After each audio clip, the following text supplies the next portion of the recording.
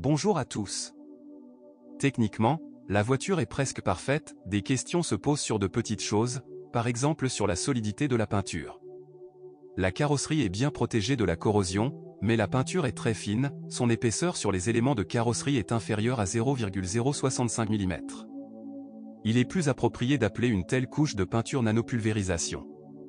Les éclats et les rayures sur la carrosserie de la Mazda 6 apparaissent à une vitesse prohibitive. Par conséquent, les propriétaires se tournent souvent vers les bodybuildés pour protéger leur corps avec un film spécial. L'attractivité extérieure des E6 a aussi un revers. Par exemple, la moulure chromée du couvercle du coffre, conçue pour souligner l'acier et la solidité de la berline, frotte le métal au point de contact avec la carrosserie. En conséquence, un contact aussi étroit finira par conduire à la peinture. L'isolation phonique est traditionnellement le point faible du E6. Par conséquent, la plupart des propriétaires commandent du Schunka supplémentaire avec le TO1. À noter qu'après restylage en 2015, l'isolation phonique est devenue sensiblement plus efficace. Dans l'habitacle, l'accoudoir central qui oscille avec le temps est gênant, si vous penchez les coudes, vous ressentirez un jeu latéral décent. Le simili-cuir du volant se décolle assez rapidement. Les plaintes ont été nombreuses et les concessionnaires ont remplacé le volant sous garantie.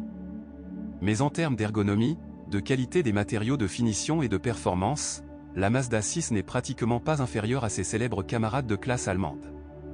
Les deux moteurs essence 2 litres, 150 chevaux, et 2,5 litres, 192 chevaux, sont équipés de la technologie innovante Skiactive.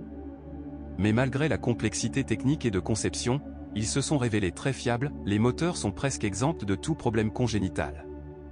Certes, les actifs célestes doivent être alimentés uniquement avec du carburant et du pétrole de haute qualité, pas inférieur à 95. De plus, le niveau de ce dernier doit être surveillé au moins une fois toutes les 2 semaines.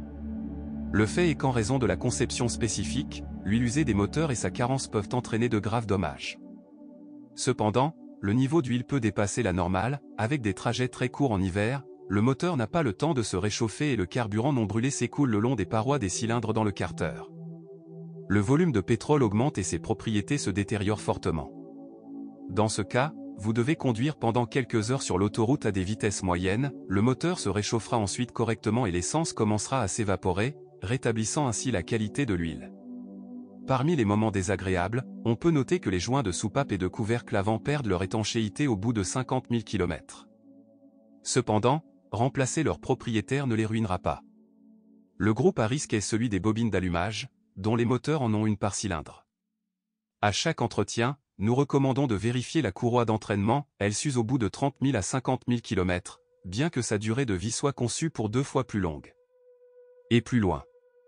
Si vous souhaitez augmenter la puissance d'un moteur de 2 litres, il est préférable de contacter les revendeurs.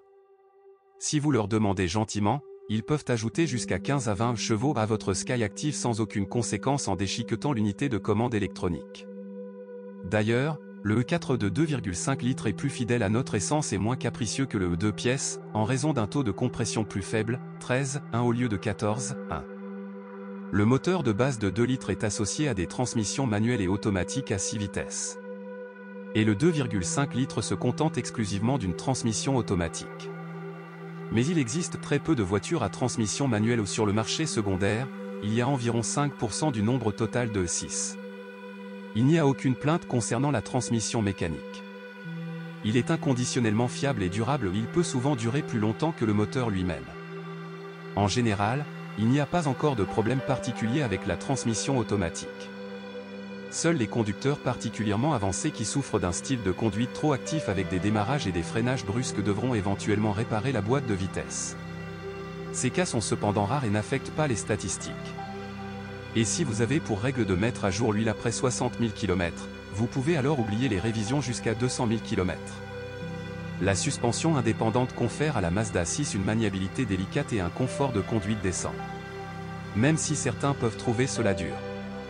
Les coûts du châssis dépendent directement du style de conduite, si vous conduisez vite, vous dépensez plus. Et vice-versa. Cependant, certaines statistiques de panne typiques des E6 se sont déjà développées. Presque simultanément au roulement, vous devrez changer les bras de suspension avant, qui deviennent inutilisables à cause du décollement des blocs silencieux. Les pièces coûtent quelques centimes, mais elles ne peuvent pas être modifiées séparément. il faut acheter l'élément assemblé.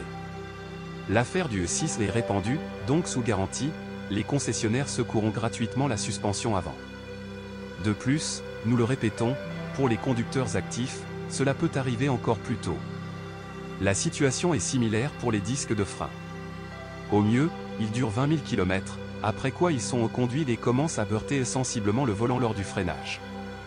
Dans le système de direction, en raison d'un défaut de conception, les barres de direction tapent sur le corps de la crémaillère. Le cas a été considéré sous garantie, le défaut a donc été réparé gratuitement. L'électricité ne posera pas de gros problèmes.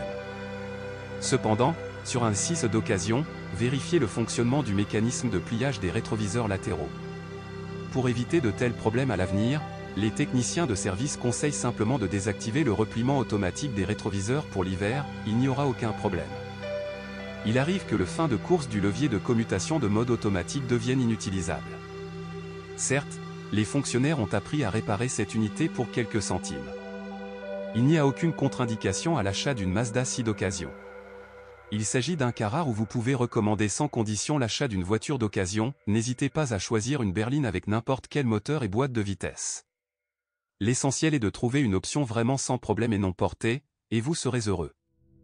Si vous possédez ou aviez un tel modèle, partagez des informations sur ce qu'il casse et comment dans les commentaires.